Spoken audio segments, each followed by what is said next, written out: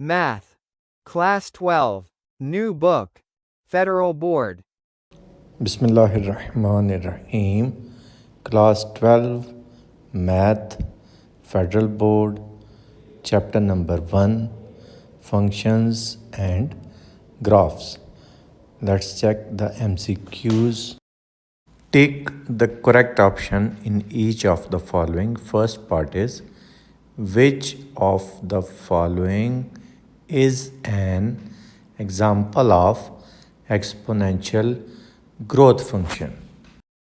Exponential function हम उस function को कहते हैं जिसमें वेरिएबल एक्सपोनेंट में होता है, इनकी पावर में।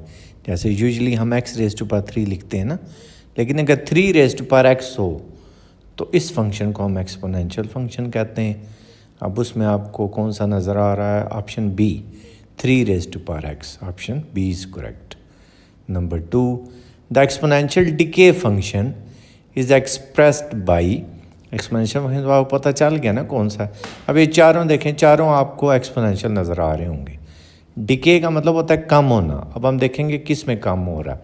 जैसे देखें, अब जो पहला है आपके पास, उसमें b की पावर x है, तो हमारे पास जो ऑप्शन आना चाहिए वो b में होना चाहिए। ये ज़रूरी है, तभी तो पता चलेगा। जैसे फर्स्ट में इसमें b है, सेकंड में भी b पे दिया हुआ है, थर्ड में देखें a पे आ रहा है, तो उससे में कंफर्म नहीं होगा। फोर्थ पार्ट में भी देखें a पे आ रहा है। इनके थर्ड और फोर्थ को जहन से निकाल देना। अब सेकंड में देखें b ग्रेटर दैन 1 है, पॉजिटिव यानी कि, और b लेस दैन 1, तो वैल्यू कम होगी ना इसमें, इसलिए ऑप्शन ए हमारे पास करेक्ट है। Logarithmic function F of x is equal to log X base B is defined for. ये तो 9th क्लास का क्वेश्चन है। लॉग जो है वो पॉजिटिव वैल्यूज़ के लिए होल्ड करता है। ऑप्शन सी इसका करेक्ट है, x greater than 0। Fourth part, what is the value of log 125 base 5। ये भी 9th क्लास का ही है, तो इसका 3 आंसर आएगा। ऑप्शन डी करेक्ट है। क्यों? 5 की पावर 3 हमारे पास 125 होती है। Next, fifth part of function f from A to B is set to be onto if. तो इसको आपको एक्सप्लेन करते हैं। पहले आपको बताते हैं ऑन टू होता क्या है। अब ज़रा गौर से आपने देखना है। अब ये ऊपर वाली डायग्राम पहले आप देखें 4 का प्री इमेज है 1, ऐसे इसको पढ़ना है। 4 का प्री इमेज 1, 5 का 2, 6 का 3। अब देखें इसमें से हर एक का प्री इमेज मौजूद है।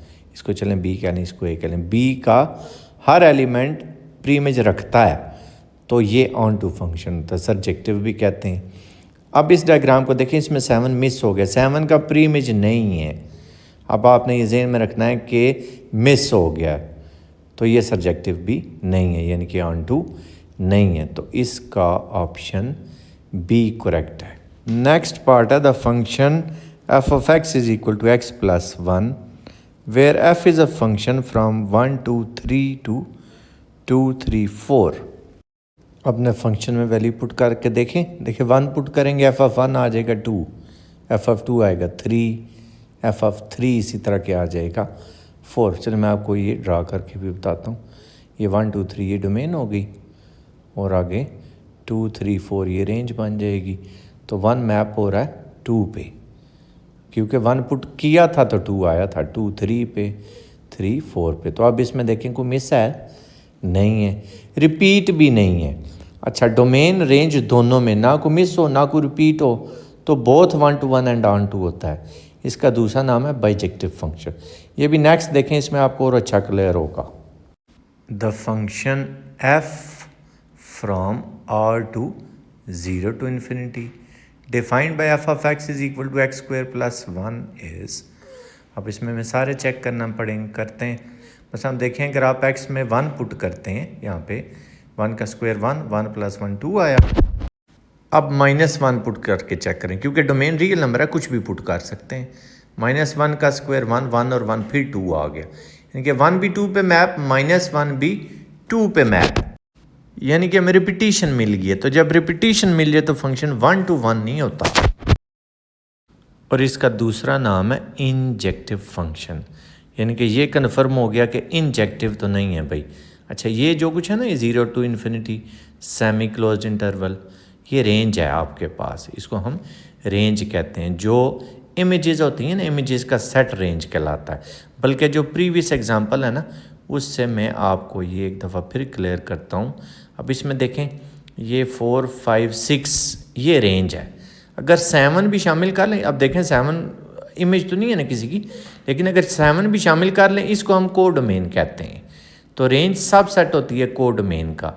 अगर रेंज और कोडोमेन आ जाए ना इक्वल, तो उसका मतलब होता है फंक्शन ऑन टू है। एक और बात आपको पता चल गई, एक तो मिस वाली बताई थी ना, और एक अभी दूसरी भी बता रहा हूँ।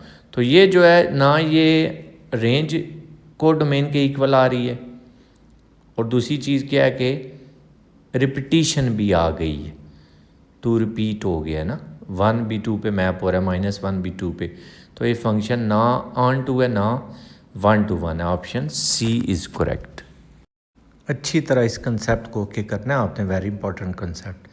नेक्स्ट है a function f from A to B has an inverse if and only if. तो फंक्शन बाइजेक्टिव होगा तो इन्वर्स एग्जिस्ट करेगा, याद रख लें ये बात। ऑप्शन सी इसका करेक्ट है, क्योंकि इसमें लिखा हुआ f is both 1 to 1 and onto. तो जो 1 to 1 और ऑन टू दोनों होता है उसको हम बाइजेक्टिव कहते हैं। Next, the inverse function of f of x is equal to x cube is. तो इन्वर्स निकालने का आपको आसान सा तरीका बताते हैं। आप एफ ऑफ एक्स की जगह वाई लिख लें, y is equal to x cube, और वहाँ से एक्स की वैल्यू निकालें। तो दोनों तरफ अगर पावर 1/3 लें तो एक्स की वैल्यू आ गई y is equal y raise to power 1/3। अब हमें पता है y is equal to f of x है, तो एक्स क्या आ जाता है, एफ इनवर्स वाई।